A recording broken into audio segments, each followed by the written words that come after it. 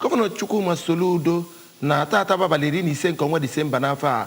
anabatago onye nọ n'ọkọlọtọ otu PDP wee na-azọkwa onye isi ala Alhaji Atiku Abubakar ogo bịara kpọtụrụ na Governors Lodge dị n'ama ọbịa. O mere ka amata na Atiku Abubakar nọ na steeti a maka ịchụ nta nkwado n'ọkọlọtọ otu PDP. Onye nta aka Valentine Mbaruwa wetara anyị akụkọ a.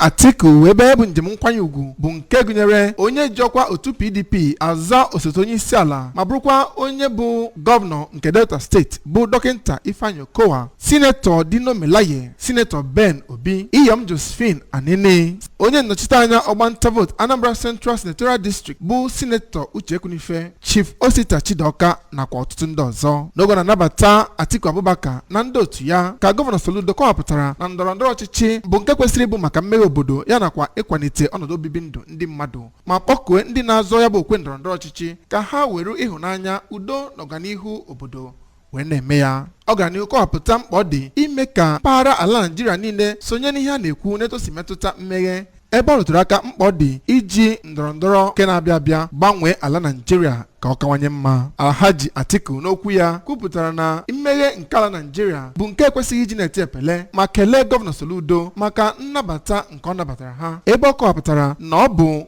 ezi ebumnobi ime ka ala Naịjirịa dị mma bụ ihe jikọrọ ya na gọvanọ Soludo. Onye jikwa head of service nke Anambra steeti bụ Barrister Theodora Igwegbe, chief of staff nyegara gọvanọ bụ Maazị Ernest Ezajiri, onye jikwa onye isi oche nke otu pati APGA na Anambra steeti bụ Sanobat Obi, onye jikwa attorney general ma bụrụkwa kọmishọna nke ikpe nkwụmọtọ dị n'aka bụ Sylvia Ifemeje na ọtụtụ ndị ọzọ bụ ndị nọ na ya bụ mmemme. Site n'obi gọvanọ nke dị n'ama ọbịa, abụ m Valentine Mbadoga.